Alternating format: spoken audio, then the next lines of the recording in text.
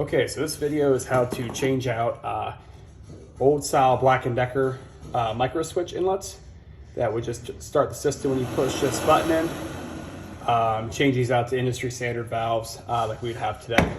So first thing, these did not have a mounting plate behind them. They were just toggles into the plaster, which might be one of the reasons why you're changing them. So you just kind of have to start loosening these up. And normally the top one goes into a like a drywall anchor. So that one normally exits a lot easier. So just pull that out of there. And then as you go, just kind of keep tension on the plate so you can pull this out, which is kind of easier said than done.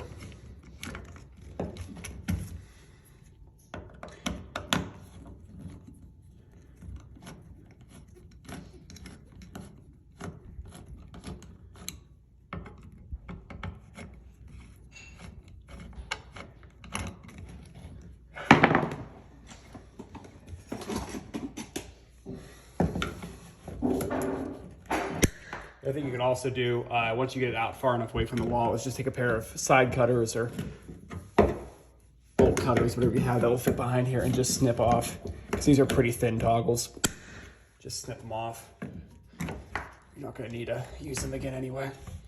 And then pull that off there like that. You're going to see there's the two wire contacts coming off the back here, and your low voltage wire, which we're going to reuse. So just jiggle those off there.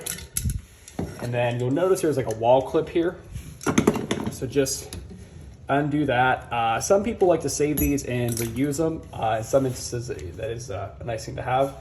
I'll show you what I mean in a minute. So you can just leave this here for now. And then what you need to convert this over to regular inlets is a plastic 3-in-1 mounting plate. This is a Plastiflex one. You can use a Hayden this is a Canplast one. You can also use Plastiflex or Hayden. They all pretty much work the same. And what you do with this, take an oscillating tool, and basically what we're going to do is basically dissect this. So we just are left with the frame with the flange. One thing is you can save this inner part and use it for floor inlets. So oscillating tool.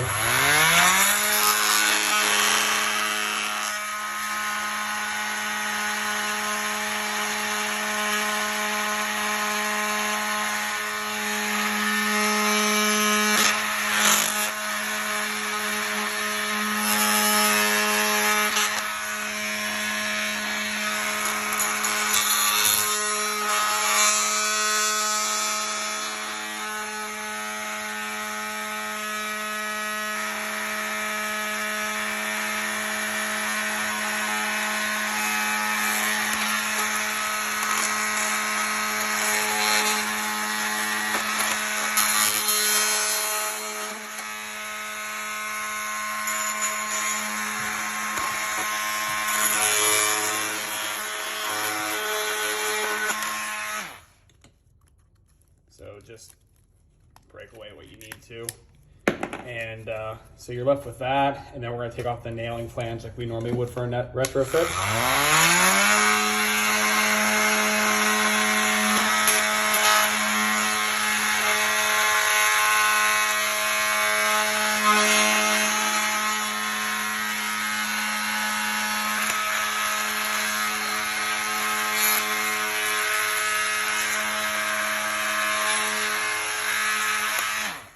The blade is dull, but this is the 4th inlet I've cut out, and it's plaster, so we're just gonna work with a dull blade because you'll just do nothing but throw them away or change them out.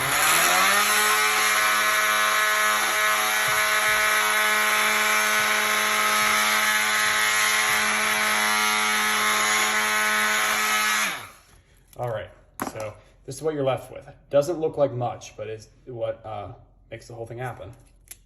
So next what you're going to do is taking a Sharpie or any branded marker, you're gonna flip this around and you're gonna basically like try to center this up on the pipe. And now you want it to be level, as close to level as you can. And then you're just like a normal retrofit, trace the square that you're gonna cut out with your marker. It doesn't have to be perfect. The new inlets do cover a good amount of excess. And then down here, just across here. And actually you can see the remainder of some very, very funky but original wallpaper. This house is actually was built in 1965 and is only on its second owner, and that's the gentleman who's currently renovating the house. So it is a time capsule, most definitely. So okay, so we have the outline on the wall here, and now with our handy oscillating tool, I really do recommend using one of these and not trying to use this with a Sawzall. One thing I also recommend doing is shorting the system on. And you'll see why in a second. You know, you're going to be cutting this, and it's nice because this will provide a little bit of a draft. One of the inlets are missing right now, so that's why it's not super high performance, but it still is enough of a draft to pull the dust away, so it's a little bit cleaner, especially when you're working on a house that's not under renovation. It's nice so you don't have dust flying everywhere. So.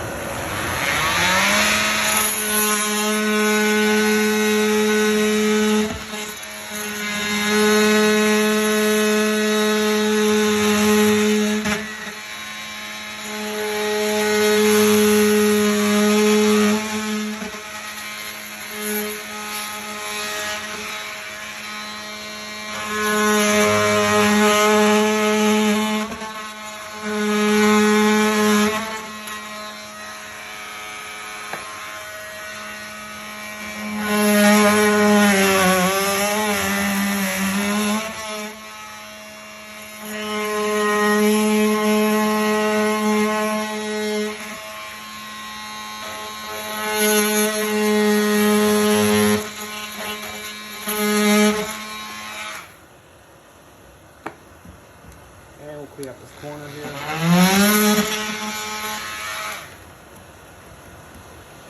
Okay. So then we'll just flip this around. Make sure our cut is good, and it is, so you see it will fit in there. So next what you're going to do is, we'll need this to be temporary hooked up anymore, so we can cut off these little flag terminals. Just like that. And now, new inlet, these vacuum valves, looks like that. So, oh yeah.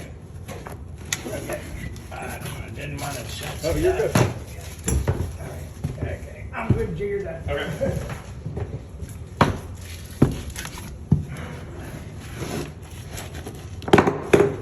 So here's the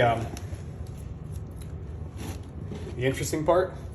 So you'll notice this flange is larger than the neck of a new inlet, so it will fit in there. But you do have to make up a gasket that's going to make up the difference between this 1.5 inch neck to the inside of this.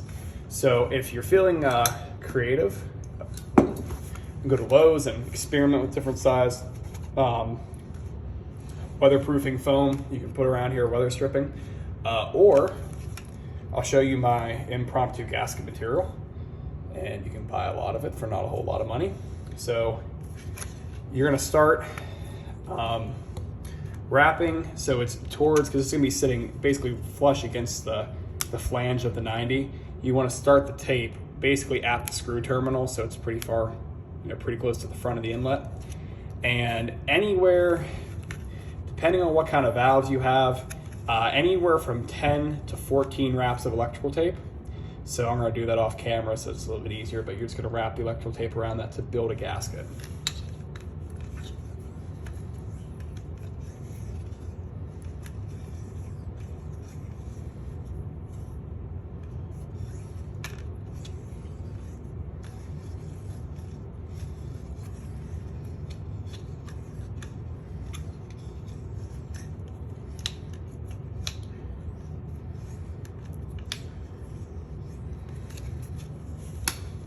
So on vacuum valves, I find that's normally about 12 and a half. And you just want that to fit in there snug, not so snug that you can't push it in, but snug enough that it's gonna be airtight and you can do a kind of a test fit. That was 12 and a half and not quite enough, so I'm gonna put one, a little bit more on there, not quite as tight as I want it.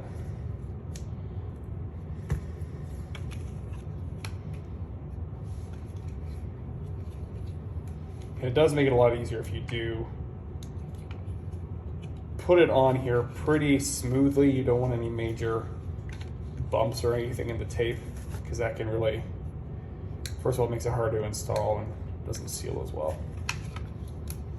So, and like I said, just dry fitting it. So that's a good fit now.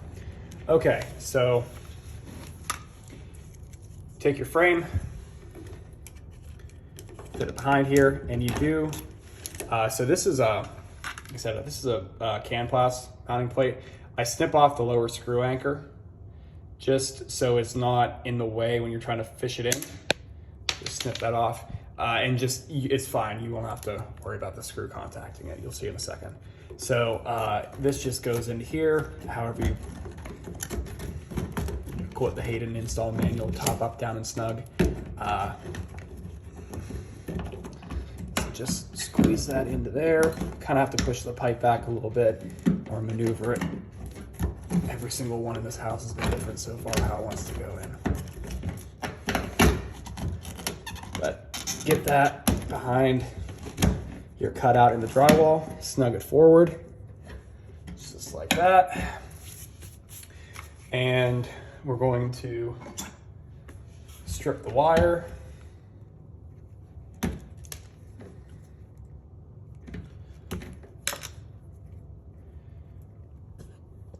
And use wire strippers or Hayden wire strippers or other conventional stripping techniques. For those of you who have seen the Hayden install video, you'll get that joke.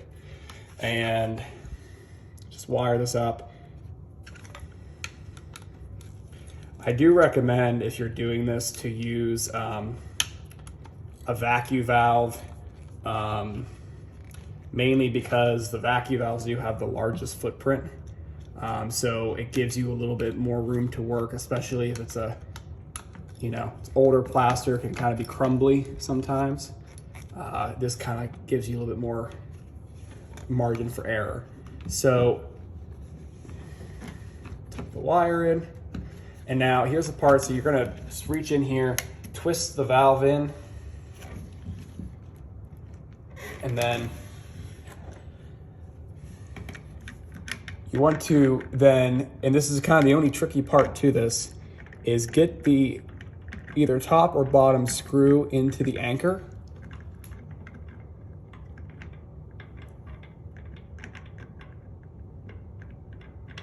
Behind the wall.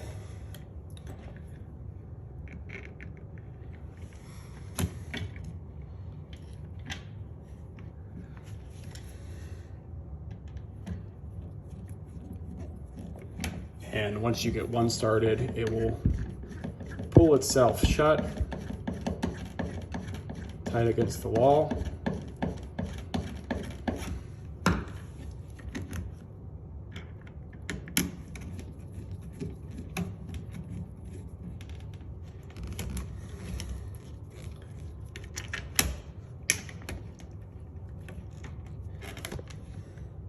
And I'm sorry, cutting you off here.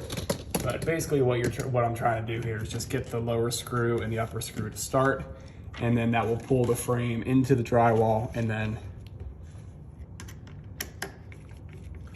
there we go. Sometimes you just have to press a little bit. And tighten the screws.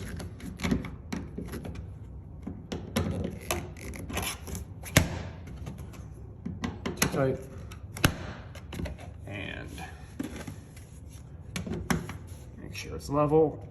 Almost, there we go.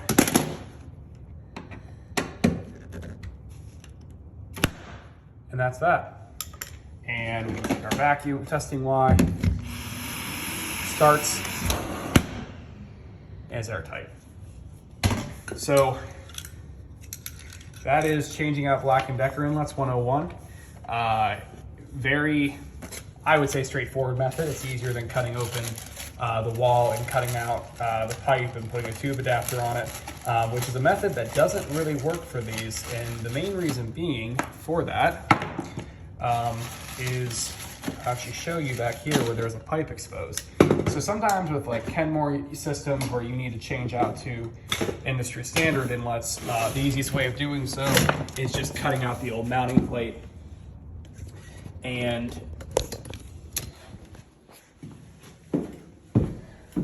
just, cutting out the old mounting plate, cutting out the old 90 and inserting a new 90 with an adapter on it. So you can see this is the remnants of a former inlet.